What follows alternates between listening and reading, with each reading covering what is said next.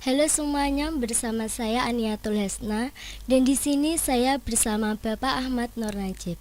Selamat datang di podcast ini, Pak. Iya. Gimana kabarnya hari ini, Pak? Alhamdulillah kabarnya baik, Mbak Asna. Jadi Pak Najib ini adalah salah satu guru di SMK Miftahul Ulum. Beliau mengajar mapel bahasa Indonesia. Sekarang masih mengajar bahasa Indonesia, Pak? Masih. Oke, kok bisa waktu pertama kalinya Bapak itu tertarik menjadi guru bahasa Indonesia itu gimana, Pak? Kalau awalnya tertarik sih tidak ya, Mbak ya. Karena saya dulu waktu sekolah Madrasah Aliyah di Man Semarang 1 itu pilihan utamanya itu justru IPA waktu itu. Karena pada saat kelas 11, naik kelas 10, naik kelas 11 ada penjurusan. Nah, penjurusan itu harus melalui 2 tes, yaitu tes psikologi dan tes akademik. Nah, kebetulan di sekolah saya waktu itu ada 3 jurusan, ada IPA, ada IPS, bahasa. Dari ketiga jurusan itu yang menjadi favorit adalah IPA. IPA kok? Ya, saya juga berkeinginan seperti itu. Tapi hasilnya apa yang saya inginkan dengan hasil tes berbeda. Iya betul, karena nilai saya baik itu psikotes maupun tes akademiknya justru nilainya yang paling tinggi adalah bahasa semua. Jadi menonjolnya ke bahasa Indonesia gitu, Pak? Nah, dari situ saya pertama mikir, kok tidak sesuai ini bagaimana?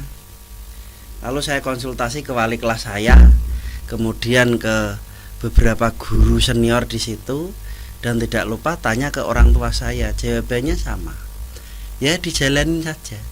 Berarti suatu saat akan ada hikmahnya atau sesuatu di balik itu. Lah mulai dari situlah saya mulai membulatkan tekad, karena saya hasilnya seperti ini.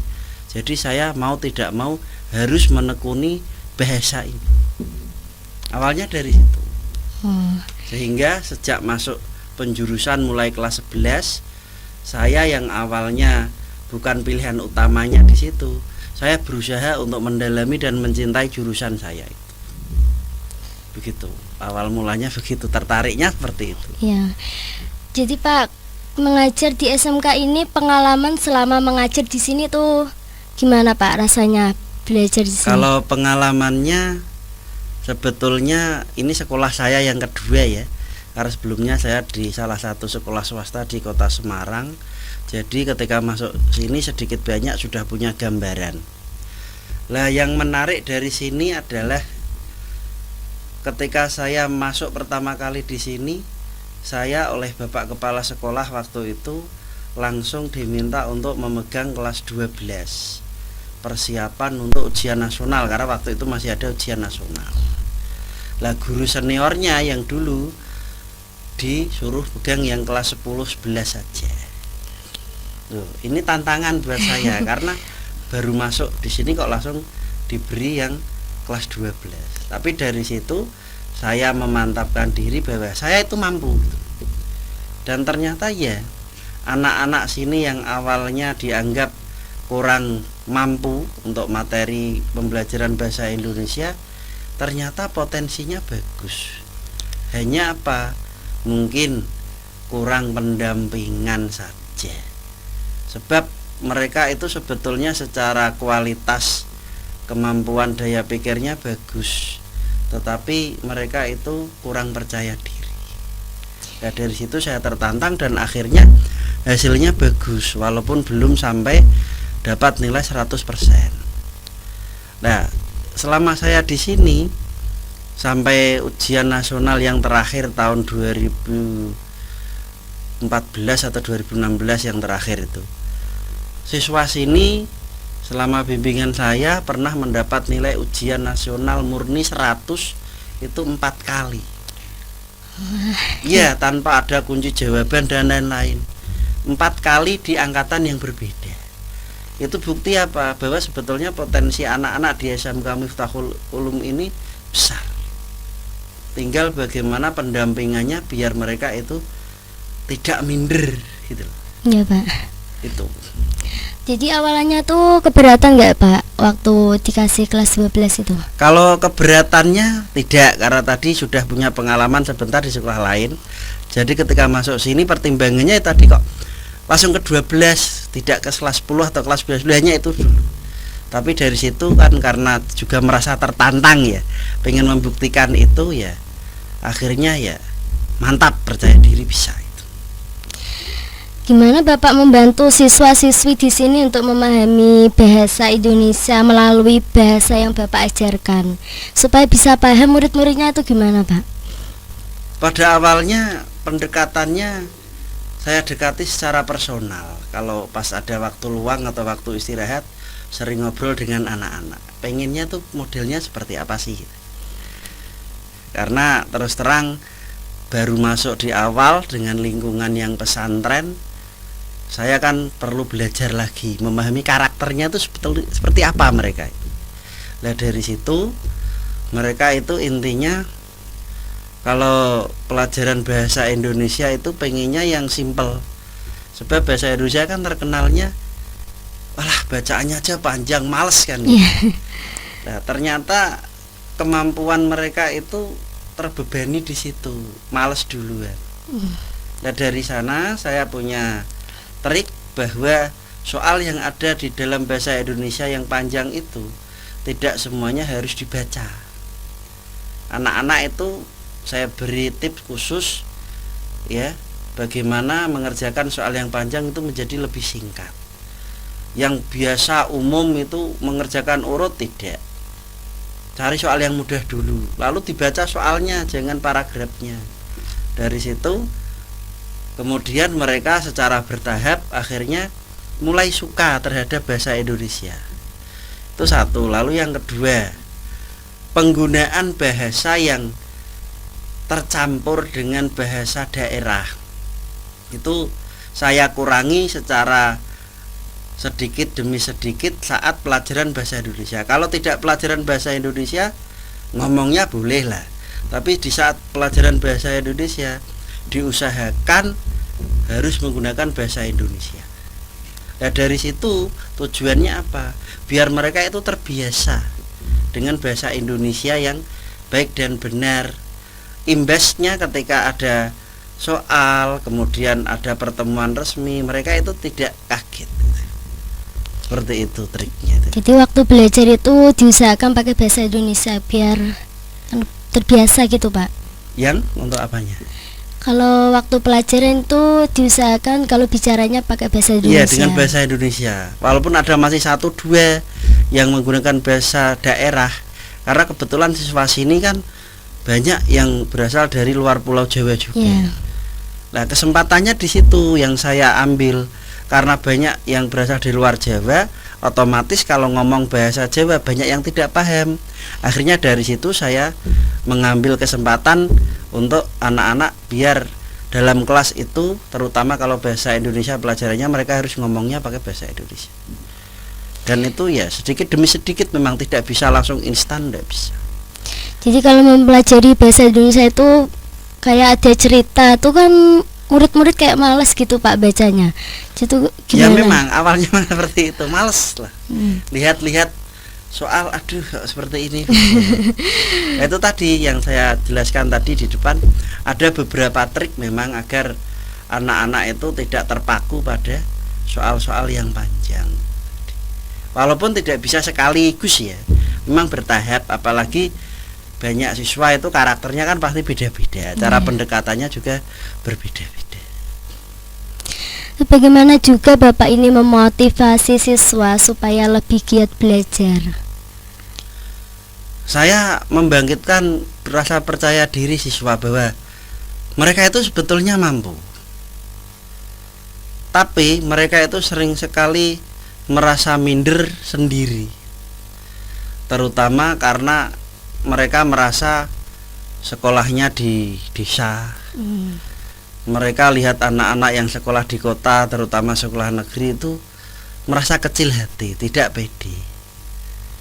Nah, nyatanya ketika saya membuat soal seperti ini yang levelnya sama dengan anak-anak negeri, toh mereka bisa. Kemudian yang kedua, ketika ada lomba waktu itu porseni tingkat kabupaten SMK, anak-anak ada pidato, ada puisi, dimajukan. Walaupun belum bisa juara, tetapi paling tidak mereka sudah punya mental bahwa seperti ini loh pertandingan sesungguhnya.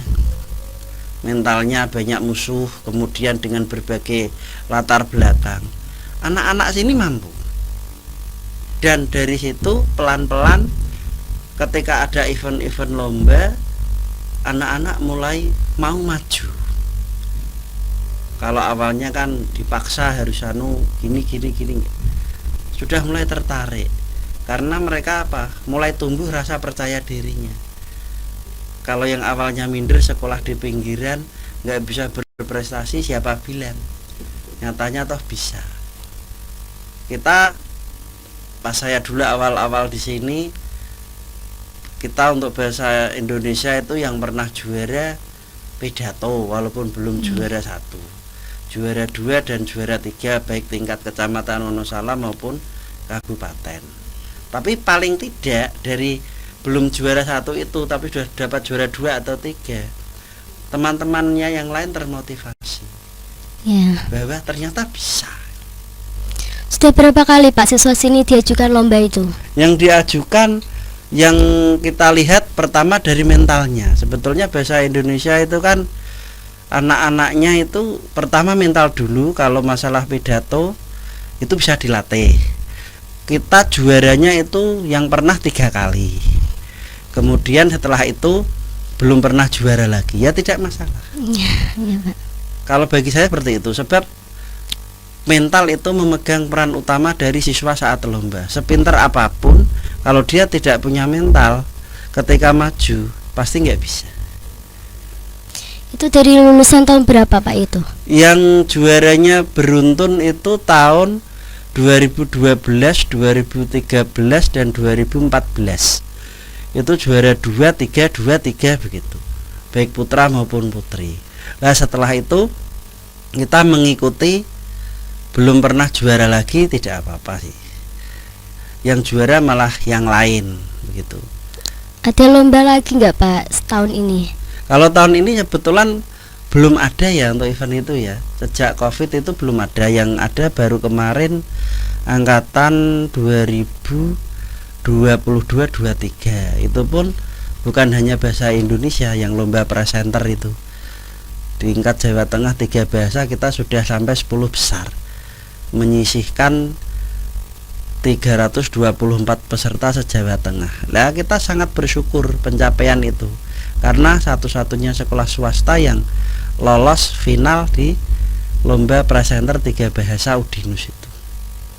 Karena prediksi kita kan targetnya cuma sampai semifinal, tapi alhamdulillah diberi lebih sampai final. Walaupun belum juara, tapi itu sudah membanggakan bagi kita.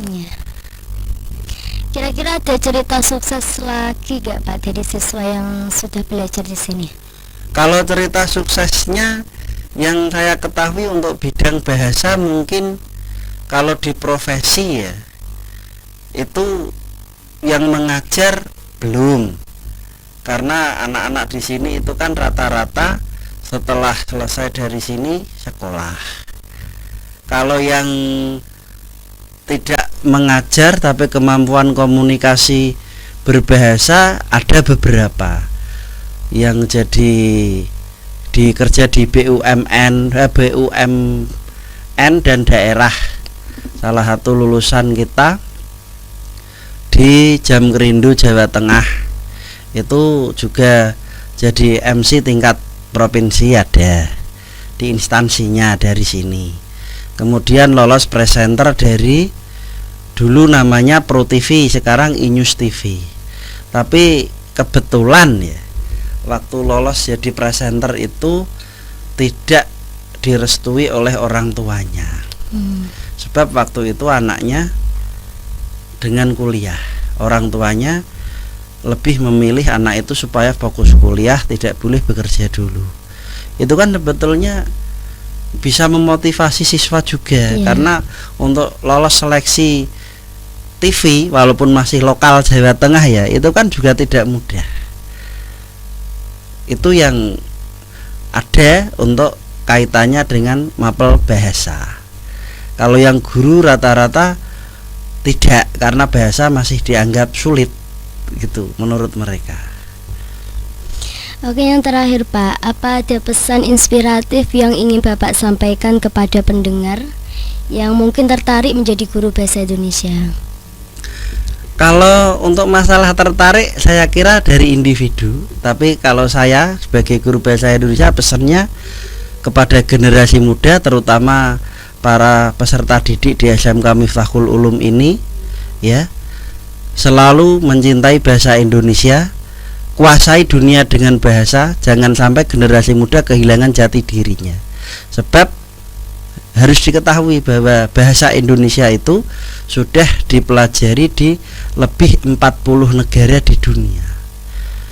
Kalau kita tidak bangga dengan bahasa Indonesia, lalu siapa lagi? Sebab bahasa Indonesia adalah bahasa nasional kita. Itu pesan saya. Oke. Dan selain menjadi guru, Bapak kan juga salah satu penyusun LKS Bahasa Indonesia. Nah, kalau boleh diceritakan pengalamannya selama membuatnya, Pak. Boleh diceritakan? Pengalamannya ketika menyusun buku dan LKS senang, Mbak. Mengapa senang? Di situ saya ketemu dengan teman-teman yang seprofesi, yakni guru bahasa Indonesia dari berbagai sekolah. Saya dan teman-teman bisa bertukar informasi, kemudian pengalaman, bahkan juga saya dapat ilmu pengetahuan yang baru juga.